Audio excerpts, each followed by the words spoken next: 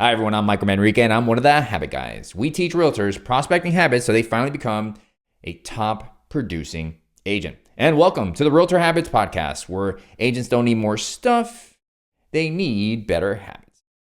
Before we get into today's episode, I want to let you know about our Habit Guys Instagram. We all want to prospect consistently and be more organized. Well, to do that, you need to think, do, and act like a top producer. Watch us prospect live and teach you every week for free on Instagram how to get more expired listings, FSBOs listings, how to connect with your sphere and not sound salesy, but instead make friends. Learn the highs and lows that come with prospecting in real time and get answers to your questions. All you have to do is visit us at www.instagram.com/habitguys. Again, that's instagram.com/habitguys. And learn all the skills top producers use in their day-to-day business. If you know anyone that can gain value from this podcast, please do us a huge favor and share it with them. We're here to help as many realtors as possible, and we appreciate your help to do so. All right, let's get into today's episode. Today's episode is called Every Realtor Needs an I Can Attitude. Over the weekend, I ran into a fairly new realtor, and she was telling me about her journey into the profession. And it's one that's really awesome, and I think everyone should pay attention to, because there's a fundamental reason that's causing her to be successful. So back in 2020, this new real estate agent wasn't in real estate at all. In fact, she always had a drive to want to work in real estate, but because of concerns about not being there for her newborn baby, she didn't want to dive into that profession. But she knew at some point in time, when her kids were older, that she was going to get into it. And sure enough, after becoming a successful entrepreneur, in 2020.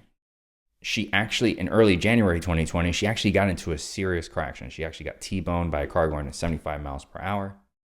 Was hospitalized for over 2 weeks, and decided at that moment in time that, you know what, I'm going to make the jump from working in an office owned by someone else for her entrepreneur practice. She works in like spa treatments and things like that. And she decided to make the leap and get her own place. Now, this is 2020, early 2020. Do you guys remember what happened in 2020? That's right, COVID. So she actually signed her new lease to open up her own business on March 1st, 2020. And from there, she was able, her business exploded, believe it or not. And as her kids got older, this year, she decided, you know what? I'm ready to make the jump. Now, it's important to emphasize that everyone told her that she was crazy, that she shouldn't do it. You know, she had a sustainable business in an affluent area in Miami. And she decided, no, I want my own place. I want to control things. And she did it anyways. So even though everyone was telling her, no, you shouldn't do this, you shouldn't do that, then she decided, I don't care. This is what I want to do. And even after being able to barely walk, she was able to still make all this happen, right? After the car accident. She's healthy, by the way, so if you're concerned about that. So she made a full recovery and she was fine. So fast forward to 2024. So she decides, you know what? That's it. This is the time. I'm ready. I've been wanting to do this forever. I have things on autopilot in my business and I'm going to move forward. So sure enough, she decides to get her license. She takes a week course. She studies for a week and she passes her real estate license test. Awesome. But then again, it starts all over again. Well, you can't do both. You know, how are you going to manage both things? And she starts already with this I can attitude. Even though people are saying it's difficult, people in her brokerage might not be the most helpful, or maybe they're sharing with her, their nightmare experiences. She already knows realtors that have left the business because they can't handle rejection, because they can't handle being told no by an adult. She sees it completely opposite. She's like, well, every no is an opportunity for improvement, to learn, to get better, to grow. The same psychology, the same attitude that she applied to her entrepreneurial business, she's applying to her real estate business. And fundamentally, that I can attitude. Imagine dealing with personal struggles after a car accident, running a business, being a mother, right? Continuing on and then deciding, you know what? I still have a dream to be successful in real estate, and going after it, even though her friends, her family were discouraging her, she still is doing it. And because of that attitude, she will be successful.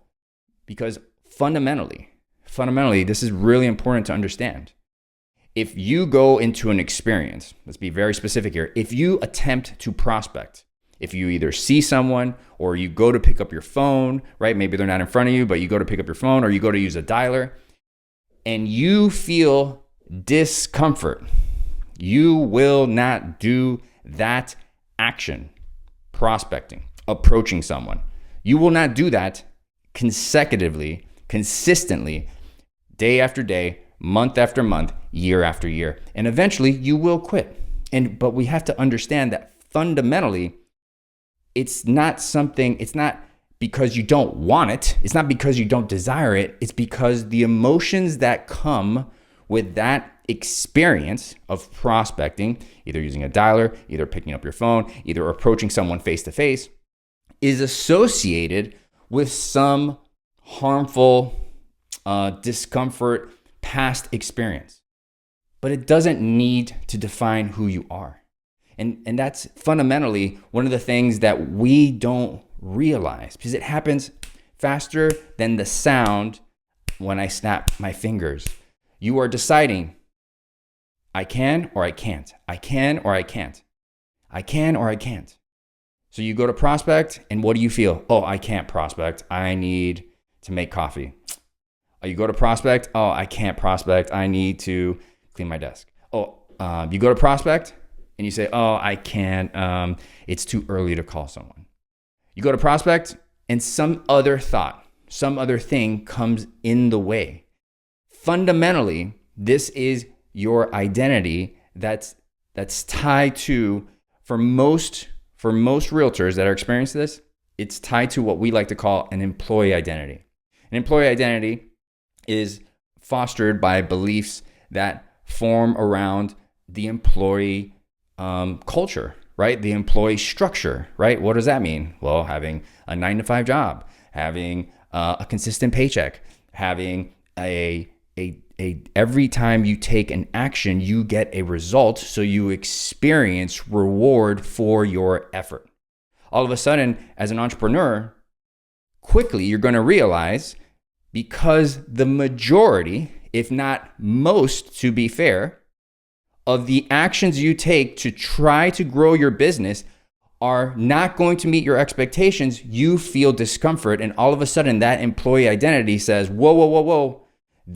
Our belief system to feel confident is being ruptured. So instead, I'm going to make you feel discomfort. I'm going to make you feel disappointed, self-doubt, shame. And ultimately, because it happens so fast, we don't truly recognize where this is occurring. And it's occurring in a matter of seconds when you attempt, as you anticipate, to take the action that's necessary for you to grow in your business. As I said, using a dialer, picking up your phone, approaching someone face to face. If you're not connecting with people, you are not going to have a successful real estate business. Point blank, end of story. At some point in whatever business funnel you created, there has to be a human to human component, a connection, a relationship, a formation of trust. Otherwise, you will not be successful in this business. So fundamentally, having the I can attitude is what every single successful realtor has, number one. And then number two, it's what every unsuccessful real estate agent needs to achieve. Now, I know this sounds very broad, but to simplify it, it's really important to understand what's driving your identity. I know I gave you some feedback already on this, but if you really want to understand, if you really want a customized understanding as to why you're not doing what you should be doing, go ahead and schedule a free coaching consultation at HabitGuys.com/call. Again, that's www.habitguys.com/call, CALL. All right. Because fundamentally, if you're not getting to the root cause of why you're not doing the things you should be doing, you're never going to solve, you're never going to grow, you're never going to get better and accomplish your goals, because what we tend to do instead is we tend to move from strategy to strategy to strategy to strategy instead of figuring out and understanding truly what we need to do to change our business. And not only that, but eventually change what we want to accomplish for our family. All right. So there you have it. So in conclusion, the I can attitude is the attitude that every successful agent has. If you don't have it, if you're not following through on what you know you should be doing, then go ahead and schedule that free consultation at habitguys.com/call. All right. In closing, here is the missing piece to your business. It's accepting that when you know better, you do not necessarily do better. You do better when you change your habits. Let us help.